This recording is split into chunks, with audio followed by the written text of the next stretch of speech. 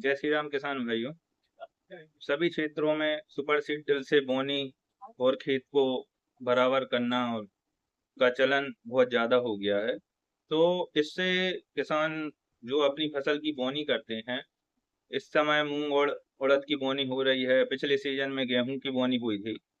तो इसके कुछ बेसिक फायदे और नुकसान होते हैं, जिससे यदि किसान को इस चीज के बारे में जानकारी नहीं है तो किसान की फसल है वो गलने लगती है और बढ़वार कम लेती है या पानी अधिक लगता है। तो मैं कुछ चीजें आपको बताता हूँ, इसका आप विशेष ध्यान रखिए, जिससे आपको आपकी फसल में किसी भी प्रकार के नुकसान कम होंगे। सबसे पहली बात कि सुपर सीडर से बोनी करने में किसान को टाइम की बचत होती है और टाइम के साथ साथ लागत भी किसान को कम आती है। लेकिन इसमें आपको विशेष ध्यान ये रखना है कि यदि आपकी अभी जो समय है, इस समय मूंग और उड़द की बोनी होनी है, तो यदि आप बोनी कर रहे हैं और आपके साथ पास पर्याप्त समय है, पर्याप्त यदि आपके पास समय है, तो पहले आप आपके खेत की अच्छी तरीके से बखन्नी कर लीजिए और उसके बाद ही आप सुपर सीडर के द्वारा बोनी करिएगा। इसमें क्या होता है, बखन्नी करने में अपन को एक बेनिफिट हो जाता है कि जब अपन आपकी फसल में पानी देते हैं, तो आपका जो पानी की जो नमी है वो पानी आपका जमीन के नीचे तक आपका जाता है। जमीन के नीचे तक पानी जाने से आपकी फसल को पर्याप्त नमी मिलती है, आपको बार बार पानी देने की आवश्यकता नहीं पड़ती है। एक्चुअल में होता क्या है, जो सुपर सीडर की जो ब्लेड घूमती है, यदि आप बखन्नी नहीं करें तो ब्लेड के नीचे एक लेयर टाइप की बन जाती है पूरी आपकी जमीन के नीचे।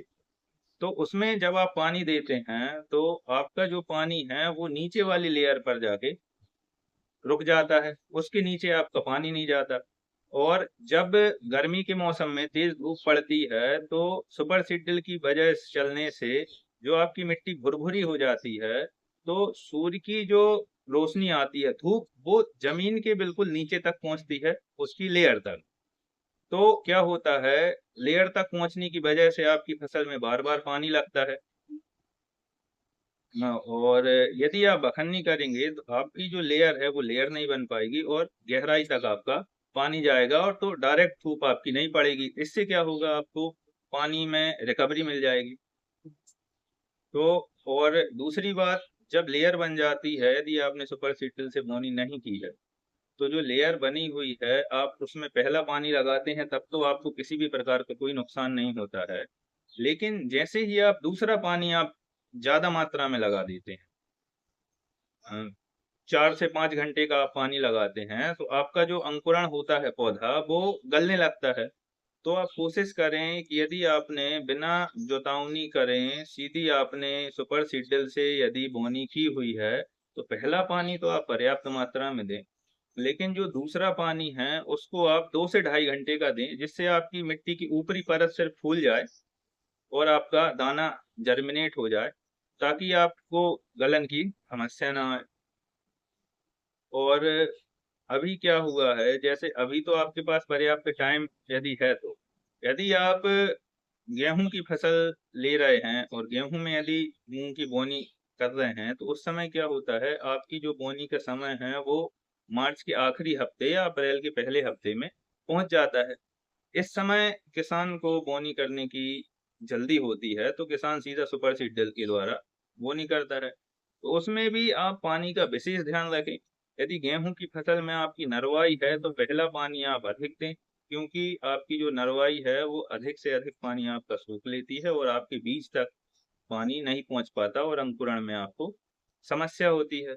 और यदि आपके खेत में बहुत ज्यादा नरवाई है तो आप जो पहला पानी दे रहे हैं उसमें आप 10 किलो पर एकड़ के हिसाब से यूरिया का छिड़काव करें। इससे क्या होगा, आपकी यूरिया क्या करेगा, आपकी नरवाई को गलाने के लिए जो बैक्टीरिया की सहायता करेगा।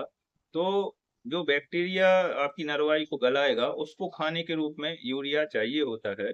यदि उसको पर्याप्त मात्रा में यूरिया मिलेगा तो आपकी जो गेहूं की नरवाई है उसको वो जल्दी गला देगा, जिससे आपको दीमक की समस्या नहीं जाएगी और आगे चल के आपका जो गेहूं है वो आपका खाद बन जाएगा। उसमें आपको किसी भी प्रकार की कोई समस्या नहीं है।